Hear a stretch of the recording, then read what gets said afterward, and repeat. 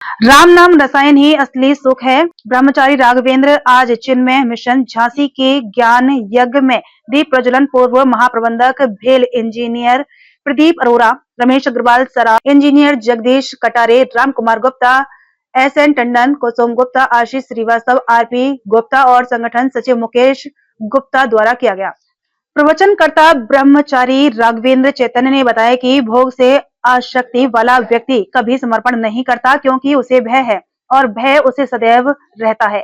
जिस व्यक्ति से पाप घटित हुआ है, हनुमान जी के नाम लेने पर कोई भी भय नहीं लगता और उनकी तरह कार्य करने से रोग और दुख नष्ट होते हैं। हनुमान जी का मानसिक जप निरंतर करने से संकट आने पर हनुमान जी जागृत हो रक्षा करते हैं। राम नाम ही सुख है। हनुमान जी सदैव राम रसायन यानी अमृत प्राप्त करते हैं और हनुमान जी के भजन प्रभु राम को पाने का जरिया है। भगवान ने अंगद की जगह हनुमान जी को ही सीता माता को लाने हेतु मुद्रिका सौंपी क्योंकि निर्मल बुद्धि है हनुमान जी और उनकी सामर्थ्य इतनी है कि सूर्यदेव को मधुर ज्ञान फल की तरह पाने हेतु एक छलांग में पहुंच गए। अनन्यता ही भक्ति का एकमात्र तरीका है।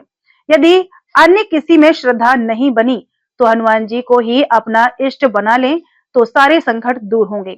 आज ये विचार उन्होंने चिन्मय मिशन झांसी के हनुमान चालीसा ज्ञान यज्ञ के चतुर्थ दिवस पर व्यक्त किए। चिन्मय जो शास्त्रीय अर्थ वो क्या है? भजनम नाम रसनम। भजन वो है जिसमें हमको रस आवे।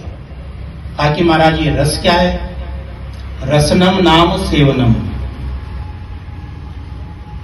हमारे जीवन में किसी की सेवा हो, मतलब हम किसी की सेवा करें, हमारे मन में किसी के प्रति भाव हो कि हम इनके सेवक हैं।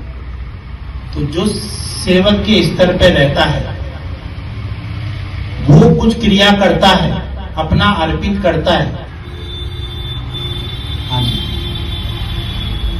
वो बाकी बाहरी रूप है, वो आप करते रहिए, लेकिन क्या असली भजन हमारे जीवन में कभी आया? हाँ, तो यहां पर कहा कि तुमरे भजन। अगर किसी मनुष्य के जीवन में ये असली भजन आ जावे तो प्राप्ति क्या है? तुमरे भजन। जीवन में कोई कष्ट नहीं है, संतुष्ट सदा सुखी, कोई कंप्लेंट नहीं है उसको किसी से, ना सिस्टम से कंप्लेंट है, ना फैमिली से कंप्लेंट है, ना पड़ोसी से कंप्लेंट है। जैसा मिले वो अपने आनंद में रखता है। क्यों? क्योंकि उसको राम जी मिल गए।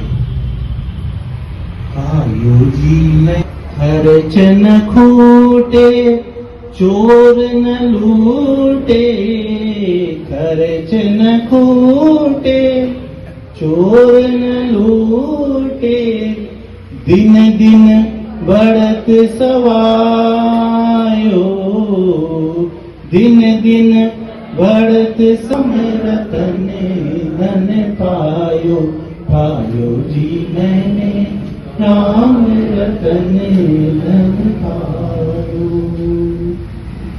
वहां से पाया वस्तु अमोलक दी मेरे सतगुरु, वस्तु अमोलक दी मेरे सतगुरु, अपनायो पायो जी मैं। किसी न किसी रूप में रहे हैं या पूर्व जन्म में। अब आपको स्मरण होगा कि हमारे हर सत्संग में क्यों जोर दिया जाता है कि जीवन में गुरु होने चाहिए, कि गुरु नहीं होंगे तो हम दुखी ही होंगे। इस जन्म में नहीं सकता, परमात्मा नहीं खोलेगा, परमात्मा नहीं खोलेगा। 440 जो बार वायर जा रहा है वोल्ट का, करंट का, उसके मैं बल्ब लगा दूं तो बल्ब नहीं जलेगा, मैं जलूंगा। उसके लिए उस पावर को कोई कम करके होल्डर बनने वाला चाहिए, उसमें मैं लगूंगा तो मेरा बल्ब जलेगा। तो जो होल्डर लेवल पे वो है गुरु। तो कहते हैं गुरु की क्या जरूरत, हम सीधे परमात्मा से जुड़ जाए। ठीक है, 440 वोल्ट से आप अपना गीजर चला लीजिए, क्या वो प्रधान नहीं है।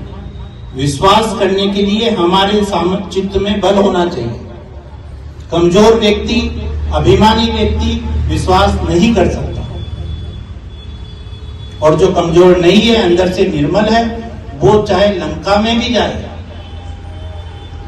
वहां भी उनको विभीषण जैसे कोई मिल जाते हैं, त्रिजटा जैसी कोई मिल जाती है, आप देखिए।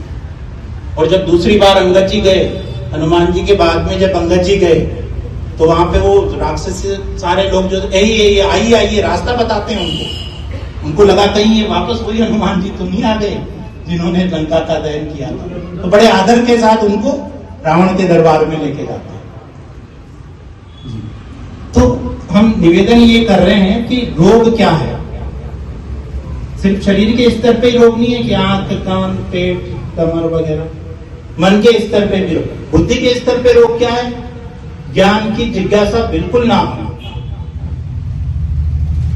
देखिएगा, एक जीवन हमारा है जिसको हम व्यवसायिक जीवन बोलते हैं या एक सांसारिक जीवन बोलते हैं या भौतिक जीवन बोलते हैं। उसमें हमारा घर गृहस्थी है, पैसा कमाना है, घर मेंटेन करना, लेकिन क्या इतना ही जीवन है? शास्त्रों में तो कहा कि आहार, निद्रा, भय, मैथुन, ये 4 चीजें तो मनुष्य में भी है। तो ये 4 चीजें अगर कोई मनुष्य करता है और इससे आगे नहीं बढ़ता है तो कहते हैं कि वो 2 पैर का पशु है, 4 पैर का तो संकर इतना ही, क्योंकि पशुत्व बुद्धि से वो ऊपर नहीं आया। ये रोग है, ये बहुत से मनुष्यों में आपको देखने को मिल जाएगा कि हमें तो बस हमारा जीवन कंप्लीट है, कंफर्टेबल है, हमें दूसरे से क्या मतलब।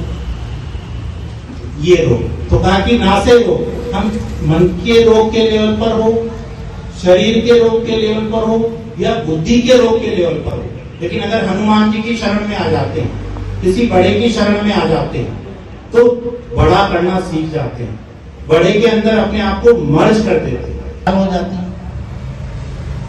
क्या वो नष्ट हो जाती है? नष्ट नहीं होता है, विशाल हो जाती है। और हम भी जब किसी महापुरुष के चरण में या बड़े लक्ष्य में, जैसे हनुमान जी ने समर्पित किया अपने को राम जी की सेवा में, तो वो देखिए आज भी पूज्य है,